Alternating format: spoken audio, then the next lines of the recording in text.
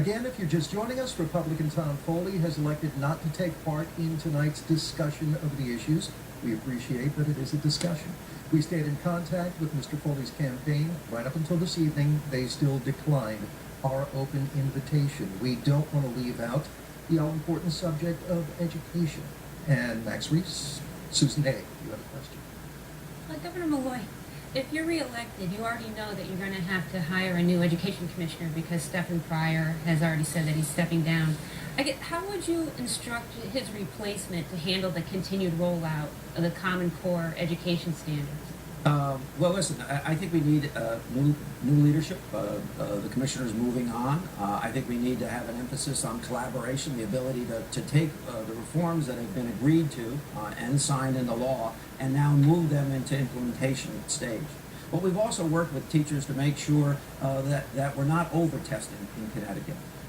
Nancy and I made a request in Washington that school systems would have to give fewer tests. In fact, 1/3 of the schools in Connecticut would have had to give 2 different types of tests, but for the fact that Nancy and I won a reprieve from the federal government.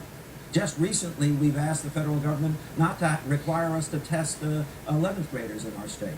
In our state, 83% of students already take the SATs. The SATs are checking or testing the curriculum as we now know it.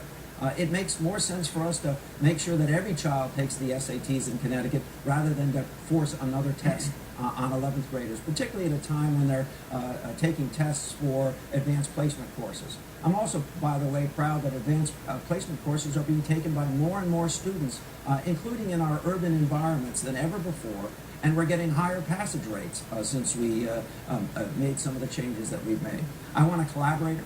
I want a person with a strong educational background. I want to move from the issues that we had to address to make sure that we caught up with other states that had begun education reform as many as 12 years ago to actually implementing, working with teachers, working with parents, working with administrators, and getting the job done. In the meantime, we've seen graduation increases of really outstanding proportion in places like New Haven, Bridgeport, and Hartford that need our assistance the most. Mr. Visconti, you've called this the federalization of education on your website. What, in your view, is the problem with these standards for literacy, math, that are lining up with other states? Would you like me to answer the first question that you asked the governor By all also? means. By all means. I have already asked Jonathan Pellico to become the commissioner of education if I'm elected publicly, and he's accepted publicly. Jonathan, most people understand what he believes in. Now, Jonathan is someone who's completely left of me, liberal left. But him and I agree on one thing, and that's the ending of Common Core in Connecticut. So I would build an administration with those I agree with politically and also those that I align with and try to work and bridge. Common Core itself is something that's being rejected by students, by parents, by teachers, everyone. There's a wave. We know this because we've been on the campaign trail for 18 months wearing shirts that say no Common Core, and I've watched the progression of teachers coming out, especially this September. No Child Left Behind waiver. No Child Left Behind was a failure. And so we got a waiver to get out of a failure. So we borrowed a high-interest loan to pay off a balloon mortgage. Education is primarily strongest when the teacher-student relationship is the strongest. Testing, any type of testing, standards have to be implemented, and they're part of the assistance to a teacher, not the dominant program. Federal bureaucracy, any federal program that's removed from the local school boards, from teacher involvement, I want a bottom-up standards, and Jonathan and I have met many times on this. We disagree on a few things, but one of them, but we don't disagree on this, the collective bargaining rights, where this governor here had his Wisconsin moment. And he tried to take the collective bargaining rights away from teachers when he did his education reform. Okay, it didn't pass, it didn't happen, but you know what? Republicans aren't against collective bargaining, and I want to say that I am not against the rights of collective bargaining of teachers or any union. And this is important because the unions and the teachers understand that long-term training and experience at the local level in schools that may be failing. We want to look at schools that are failing and stay there and repair them, fix them, give them the resources they need. We don't need charter schools and brand new schools all across the state and hundreds of millions of dollars everywhere that we don't need them. We need to stay where they are, repair them, have local control, have the parent involvement also. This is a big piece that's missing. We need more parental involvement with the teachers, but programs where all your testing on the Common Core. The Common Core also has a problem with data mining. Parents don't like the fact that there's data mining. Parents don't like the fact there's tests being made that they can't see that are happening. And they need an opt-out guarantee that they can opt their children out of this. Right now, Commissioner Pryor has been putting literature out that's making schools and parents believe that they can't opt out. And I know those parents come to me on the campaign trail and say, we want our kid out of this. We don't want it. Why don't we have it in control? So Common Core is dead on arrival if I'm your governor. Governor? There's a lot in there that I have to respond to, and I'm going to try to remember it all. Collective bargaining has never been gone after. In fact, my mother was a school nurse who won the right to collective bargain in the city of Stamford when she helped form a union.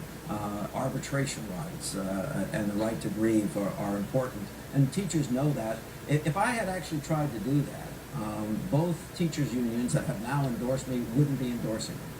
Now, let me remind you that the Common Core was brought to the state of Connecticut by my predecessor in 2009, and that there are towns and communities like Wallingford that have done an exceptional job because they realize something. The United States was once number one in the industrialized world in educational achievement, and we have now sunk to 14th place. If that continues over the next few years, we're not going to be able to be competitive with other nations. So yes, we have to make changes. But I don't want too much testing. As somebody who grew up with serious learning disabilities that had to work hard to overcome them, I understand that the pressures that students are on. That's why Nancy and I have tried to relieve some of those pressures, and will continue to do that. But we have to make sure that our children are properly educated and they can compete with any nation in the world, and that's what we intend to do here in Connecticut. Governor, they said I can't use props, so I can't bring out the literature. You did this. You brought this into the poorest schools, failing schools and poor schools. Over 1,000 teachers could have been subject to this. It failed in the legislature. The governor made this move. This was his Wisconsin moment that no one wants to pay attention to. It's up on my website. You can see it. Let me just say again, the only people who have talked about Wisconsin moments are yourself and Tom Foley. Tom Foley today brought a conservative. Another conservative governor into our state, someone who's anti-woman, has proposed unbelievable bans on the rights of women, and then now Tom Foley is saying, well, maybe that's the model. The Indiana model should be brought. But previously he said the Wisconsin model should be brought to the state of Connecticut. If you actually believe that, I suppose that maybe Tom Foley's your candidate, but I don't believe that. I have worked throughout my life as mayor for 14 years and as governor to make sure that we have a collaborative relationship. Sure, sometimes you have a difficult moment, and we certainly have had those, but we're on the right track. That's why graduation rates are going up in the state of Connecticut. That's why more people are taking the SATs, even in urban environments. That's why more children are taking advanced placement courses and passing them, getting that 3 score. This is something to celebrate, not to knock.